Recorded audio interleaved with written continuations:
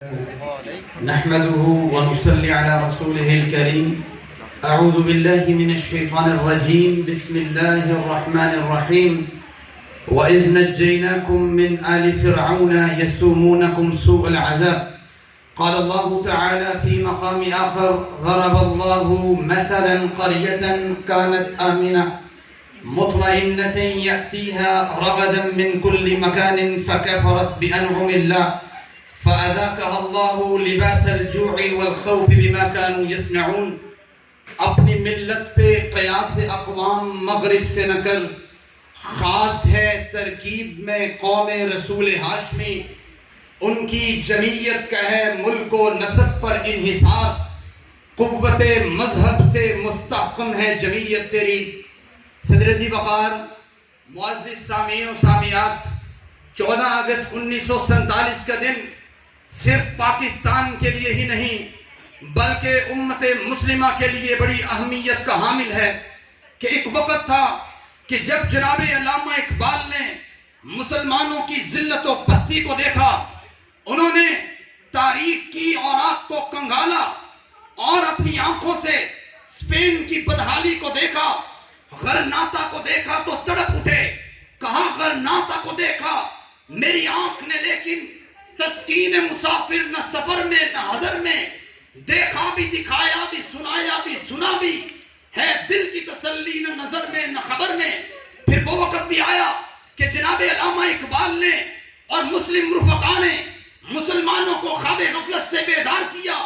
جب مسلمان گہری نیند سو رہے تھے اور غلامی کی زنجیروں میں جکڑے ہوئے نوجوانوں کو آزاد فضاؤں میں جینے کا حوصلہ دیا، اور جناب علامہ اقبال نے مسلمانوں کا ماضی ولولہ انگیز انداز میں بیان کرتے ہوئے کہا تھا کہ دی اذانیں ہم نے کبھی یورپ کے کلیساؤں میں، کبھی افریقہ کے تپتے ہوئے صحراؤں میں، دشت و دشت صحرا بھی نہ چھوڑے ہم نے، بحر ظلمات میں دوڑا دیے گھوڑے ہم نے. شان آنکھوں میں نہ ججتی تھی جہاں داروں کی، کلمہ پڑھتے تھے ہم چھاؤں میں تلواروں کی، نقش توحید کو ہر دل پہ بٹھایا ہم نے، اور زیر خنجر بھی یہ پیغام سنایا ہم نے. جناب علامہ اقبال نے علامہ اقبال کی رہنمائی پر اور قائد اعظم کی شبانہ روز محنت کی بدولت ایک وقت آیا 14 اگست 1947 کو پاکستان کا ہلال دنیا کے نقشے پر ابھرا، اور وہی کلمہ بلند ہوا جو کلمہ آج سے 1450 سال پہلے کائنات کے پیغمبر نے مکے اور مدینے کی سرزمین پہ بلند کیا تھا. کہا تھا قولوا لا الہ الا اللہ تفلحوا وتملکوا العرب والعجم. پاکستان کا مطلب کیا؟ لا الہ الا اللہ. حضرات، دنیا اس بات کی شاہد ہے کہ بڑی چیز کے حصول کے لیے بڑی قربانیاں لگتی ہیں.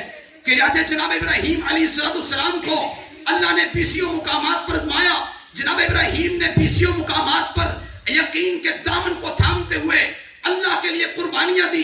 اللہ نے رہتی دنیا تک ابراہیم کے نام کو قائم و دائم رکھا. قد کانت لکم اسوۃ حسنۃ فی ابراہیم. اسی طریقے سے جناب کائنات کے پیغمبر جناب محمد رسول اللہ علیہ وسلم نے اور مہاجرین و انصار صحابہ کرام نے اپنے مال کی، اپنے جان کی، اپنے وقت کی، اپنی صلاحیتوں کی قربانی کو دیا. پھر وہ وقت آیا کہ 3 بر اعظموں پہ اللہ نے لا الہ الا اللہ کے علم کو بلند کر دیا.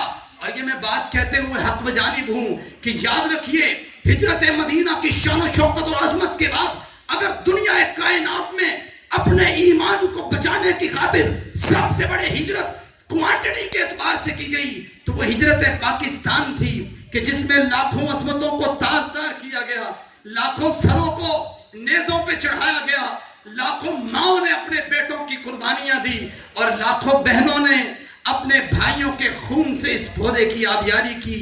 پھر حق بنتا ہے کہ 14 اگست اپنے اندر کوئی معنی اور کوئی اسباق لیے ہوئے ہے. حضرات، پھر میں کہہ دینا چاہتا ہوں کہ 14 اگست صرف جشن آزادی منانے کا نام نہیں بلکہ 14 اگست نام ہے تجدید عہد وفا کا.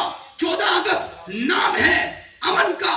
وآمنہم من خوف. 14 اگست نام ہے اتحاد کا، کہ فرد قائم ربط ملت سے ہے تنہا کچھ نہیں، اور موج ہے دریا میں بیرون دریا کچھ نہیں. 14 اگست نام ہے لسانیت اور مسلکی تعصبات کو پتے پشت ڈال کے وَاعْتَصِمُوا بِحَبْلِ اللَّهِ جَمِيعًا کا، اور 14 اگست نام ہے جدید دور کے تقاضوں کو مد نظر رکھتے ہوئے دین و دنیا کے بیلنس کا، کہ مالک نے کہا تھا فَمِنَ النَّاسِ مَن يَقُولُ رَبَّنَا آتِنَا فِي الدُّنْيَا وَمَا لَهُ فِي الْآخِرَةِ مِنْ خِلَاقٍ، جو دنیا کے پیچھے بھاگے، اسلام سے اس کو کوئی سروکار نہیں۔ وَمِنَ النَّاسِ مَن يَقُولُ رَبَّنَا آتِنَا فِي الدُّنْيَا حَسَنَةً وَفِي الْآخِرَةِ حَسَنَةً۔ قرآن کا دوسرا مقام، قرآن کہتا ہے وَابْتَغِ فِيمَا آتَاكَ اللَّهُ الدَّارَ الْآخِرَةَ وَلَا تَنْسَ نَصِيبَكَ مِنَ الدُّنْيَا۔ اور حضرات 14 اگست نام ہے سود کے خاتمے کا، یا ایھا الذین آمنوا لا تأکلوا الربا۔ 14 اگست نام ہے لا الہ الا اللہ کے علم کو بلند کرنے کا، 14 اگست نام ہے توحید کے علم کو بلند کرنے کا، 14 اگست نام ہے باحیا معاشرے کے قیام کا، 14 اگست نام ہے بے حیائی کو جڑ سے اکھاڑنے کا، اور 14 اگست نام ہے حدود اللہ کے نفاذ کا۔ اور یہ میں نہیں کہتا، بلکہ ملک عزیز کا تصور دینے والے جناب علامہ اقبال نے خطبہ اعلی آباد 1930 میں واشگاف الفاظ میں کہا تھا، اگر مسلمانوں کا سیاسی جد و جہد کا مقصد محض آزادی اور اقتصادی بہبود ہے اور حفاظت اسلام اس مقصد کا عنصر نہیں، تو مسلمان اپنے مقصد پہ کبھی کامیاب نہیں ہو سکتے۔ میں آخر میں اپنے اختتام میں تجدید اہل وفا کے طور پہ یہ کہہ دینا چاہتا ہوں کہ خون دل دے کے نکھاریں گے رخ برگ گلاب، ہم نے گلشن کے تحفظ کی قسم کھائی ہے، اور اگر جواں ہو میری قوم کے جسور و غیور، قلندری میری کچھ کم سکندری سے نہیں، وما علینا الا البلاغ۔